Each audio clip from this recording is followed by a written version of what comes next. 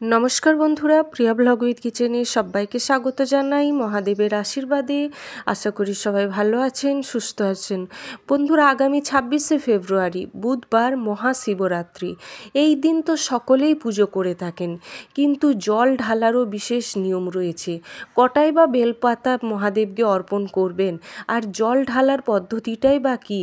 দেখুন বন্ধুরা, জল ঢেলে বেলপাতা দিয়ে বা বেলপাতা অর্পণ করে জল দিয়ে অভিষেক তো সকলেই করে থাকেন, কিন্তু সঠিক নিয়ম যদি না জানা থাকে সেই পুজোর ফল কিন্তু পাওয়া যায় না। মহাদেবকে অভিষেক করার বা শিবলিঙ্গে জল অর্পণ করারও কিন্তু বিশেষ নিয়ম রয়েছে। বন্ধুরা, কয়েকটি বিশেষ নিয়ম যদি মেনে চলেন, এই শিবরাত্রির ফল আপনারা নিশ্চিতভাবে লাভ করতে পারবেন। মহাদেব হলেন দেবাদিদেব মহাদেব ভোলানাথ। তিনি সকলকেই সমানভাবে ভালোবাসা দিয়ে কৃপা দিয়ে থাকেন। তিনি হলেন একমাত্র দেব, যিনি সবাইকে, যেমন রামেরও ভগবান সাথ দিয়েছিলেন, ঠিক রাবণেরও মহাদেব তার সাথ দিয়েছিলেন। তাই বন্ধুরা, এই মহাদেব কাউকে দেখে না, জাতপাত কোনো সম্প্রদায় কিচ্ছু বিভেদ করে না। শুধু মহাদেবকে যিনি ভক্তি শ্রদ্ধা সহকারে মহাদেবকে প্রসন্ন করতে পারবেন, তিনি তাকে কৃপা দৃষ্টি দেবেনই দেবেন। বন্ধুরা, মহাদেব এই দিন দু হাত খুলে বসে থাকেন আশীর্বাদ দেওয়ার জন্য। শুধু আমাদের মতো ভক্তরা কিভাবে মহাদেবকে সন্তুষ্ট করে মহাদেবের আশীর্বাদ, তার সাথে মাতা পার্বতীর আশীর্বাদ আমরা পেতে পারি, চলুন জেনে নিই কোন সেই বিশেষ পদ্ধতি। বন্ধুরা, 26শে ফেব্রুয়ারি বুধবার মহাশিবরাত্রি পড়ে যাচ্ছে, কিন্তু 26শে ফেব্রুয়ারি সকাল 9:42 থেকে শেষ হচ্ছে 27শে ফেব্রুয়ারি বৃহস্পতিবার সকাল 8:31। অনেকে বন্ধুরা 4 প্রহর ধরে পুজো করে থাকেন, আবার অনেকে একবারই মহাদেবকে পুজো করে থাকেন। সারাদিন নির্জলা ব্রত উপবাস থেকে মহাদেবকে পঞ্চামৃত দিয়ে অভিষেক করে জলাভিষেক করে থাকেন। তো যে যেমন পদ্ধতিতে পুজো করছেন তেমন পদ্ধতিতেই করুন। শুধু ছোট্ট কয়েকটি জিনিস আপনাদের যেগুলো মেনে চলতেই হবে, সেই জিনিসগুলো মেনে চলুন। প্রথম কথায় আসি বন্ধুরা, বেলপাতা। সকলেই জানেন মহাদেবের প্রিয় হলো বেলপাতা। বেল গাছের গোড়ায় এই দিন কেউ যদি কাঁচা দুধ অর্পণ করে ঘিয়ের প্রদীপ জ্বালাতে পারেন, আর বেল গাছ পরিক্রমা করতে পারেন ওম নমঃ শিবায় মন্ত্র জপ করতে করতে, সেই দিন থেকেই আপনাদের ভাগ্য কিন্তু পরিবর্তন হয়ে যায়। আপনারা বেলপাতা নেবেন ঠিকই, বেলপাতা যেন কাটা ফাটা পোকা মাকড় জড়ানো কিচ্ছু যেন না থাকে, পরিষ্কার পরিশুদ্ধ বেলপাতা যেন হয়। আপনাদের বেলপাতা লাগবে মোট 7খানা। যদি 7খানা না পারেন 5খানা জোগাড় করবেন। যদি 5খানা নাও পারেন, অন্তত একটা বেলপাতাও জোগাড় করবেন। এই দিন জানি বেলপাতা একটু দুর্লভ, তবে শিবরাত্রির দিন বেল গাছের ডাল ভেঙে বেলপাতা কখনো পারতে যাবেন না। এতে আমি আগেই বললাম, কিছু নিয়ম না জানা থাকলে ফল লাভের জায়গায় আপনারা আপনাদের ভাগ্যকে নিজেরা হাতে নষ্ট করবেন। কাজেই ছোট্ট বিশেষ কয়েকটি জিনিস আপনারা জেনে নিন। এই দিন বন্ধুরা, এই দিন কখনো কিন্তু বেল গাছের ডাল ভেঙে বেলপাতা পারবেন না। আপনারা আগের দিন বেলপাতা সংরক্ষণ করে একটা প্লাস্টিকে সামান্য একটু জল ছড়িয়ে রেখে দিন। সুন্দরভাবে বেলপাতা কিন্তু 5 দিন ধরে সংরক্ষণ করে রাখা যায়। সুন্দরভাবে রাখুন। তো বেলপাতা যে আপনারা নেবেন, বেলপাতাটা কিভাবে অর্পণ করবেন মনে রাখবেন বন্ধুরা। মহাদেবের শিবলিঙ্গে বেলপাতা অর্পণ করার সময় বেলপাতার যে চকচকে ভাগটা থাকে, সেই চকচকে ভাগটা শিবলিঙ্গের ওপরে দেবেন। খসখসে ভাগটা ওপরের দিকে যেন থাকে, অর্থাৎ বেলপাতাটা উল্টো করে মহাদেবের শিবলিঙ্গে দেবেন। প্রথম বেলপাতা দেবেন কিন্তু মহাদেবের যে মাঝখানের অশোক সুন্দরী জলাধারীর মাঝখানটা অশোক সুন্দরী হলো মহাদেবের কন্যা। অশোক সুন্দরীর ডান দিকে আছে শ্রী গণেশজির কাছে প্রথমে বেলপাতা দেবেন, তারপর দেবেন অশোক সুন্দরীর বাম দিকে অর্থাৎ শ্রী কার্তিকজিরকে বেলপাতা দেবেন।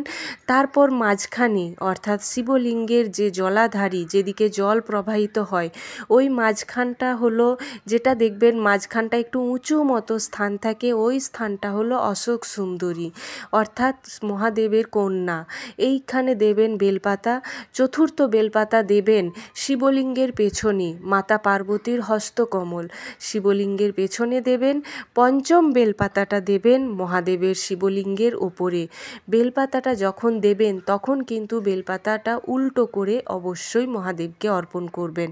মনে রাখবেন, বেলপাতা যখন মহাদেবকে অর্পণ করছেন ভালো করে পরিষ্কার জলে ধুয়ে চন্দনে ডুবিয়ে বা চন্দন লাগিয়ে তবেই কিন্তু মহাদেবকে অর্পণ করবেন। আরও যদি দুটো বেলপাতা জোগাড় করতে পারেন অবশ্যই একটি নন্দী মহারাজকে দিন, আর অবশ্যই একটি বেলপাতা যেটা জলাধারী শিবলিঙ্গের ওপরে যদি একটা ঘটি যেটা বাঁধা থাকে সেখানে দিতে পারেন, নচেৎ আপনারা মহাদেবের ত্রিশূলে বেলপাতা দিতে পারেন। এরপর আসি বন্ধুরা জল অভিষেক বা জল অর্পণ মহাদেবকে কি করে করবেন। যখনই মহাদেবকে জল অর্পণ করবেন 1 ঘটি ভর্তি জল কিন্তু মহাদেবকে অর্পণ করতে হয়। মনে রাখবেন বন্ধুরা, ঘটিটা যেন ভর্তি থাকে। তো ঘটির জলটা কেমনভাবে অর্পণ করবেন? প্রথমেই শিবলিঙ্গের ওপর কখনো জল অর্পণ করবেন না, তবে যা কিছু মহাদেবকে অর্পণ করবেন ওম নমঃ শিবায় মন্ত্রের জপ করতে করতেই কিন্তু অর্পণ করবেন। প্রথম জল কোথায় দেবেন? ঠিক যেমনভাবে বেলপাতা দিয়েছেন আগে গণেশজির জায়গায়, অর্থাৎ শিবলিঙ্গের ডান দিকে, তারপর বাম দিকে, তারপর মাঝখানে, তারপর শিবলিঙ্গের পেছনে, তারপর শিবলিঙ্গের মাথার ওপর।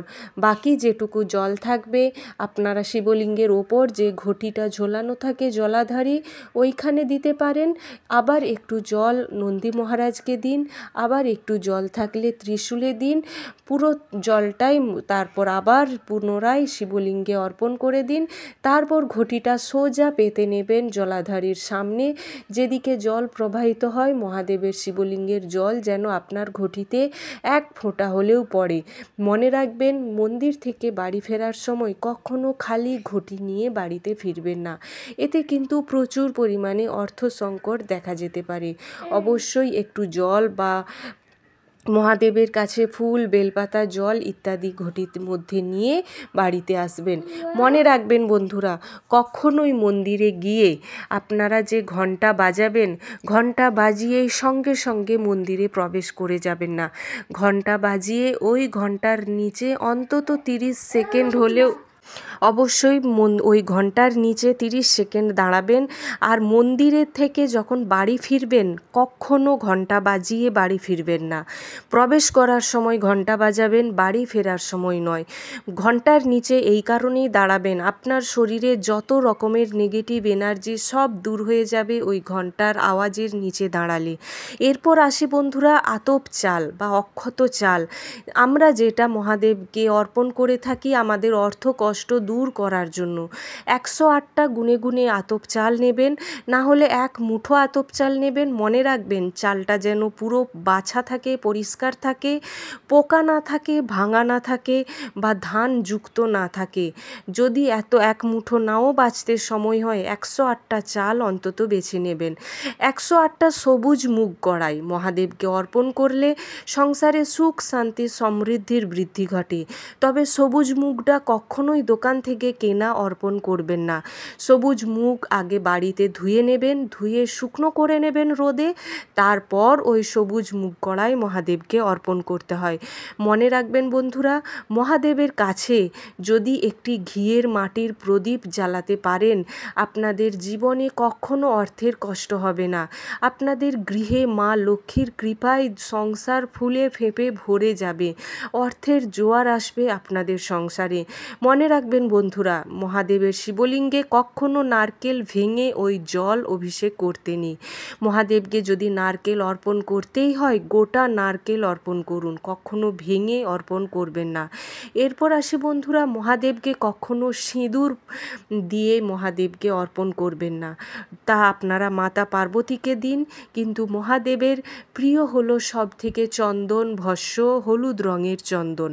এরপর বন্ধুরা, মহাদেবকে কখনো কাটা ফল অর্পণ করবেন না। মহাদেবের প্রিয় হলো গোটা ফল। এখন যেটা সিজন, কুল দিতে ভুলবেন না, শাঁকালু, শশা ইত্যাদি এই সমস্ত ফল মহাদেবকে অর্পণ করুন। মহাদেবের প্রিয় যে ফুল আকন্দ ফুল, ধুতরা ফুল বা কলকে ফুল, এই সমস্ত ফুল মহাদেবের খুবই প্রিয়। তার সাথে একটি লাল গোলাপ মহাদেবকে অবশ্যই অর্পণ করুন। লাল গোলাপ অর্পণ করলে অর্থকষ্ট থেকে মুক্তি পাওয়া যায়, মাতা পার্বতীরও আশীর্বাদ পাওয়া যায়। বন্ধুরা, আজকের ভিডিওর মূল বিষয় ছিল এটাই। আপনাদের যদি ভালো লেগে থাকলে অবশ্যই লাইক করুন, হর হর মহাদেব নামে কমেন্ট করুন, আর অবশ্যই বন্ধুরা, নতুন বন্ধু যারা আছেন চ্যানেলটি সাবস্ক্রাইব করে পাশে থাকুন, আর বন্ধু বান্ধব আত্মীয় স্বজনদের সাথে শেয়ার করতে ভুলবেন না। হর হর মহাদেব।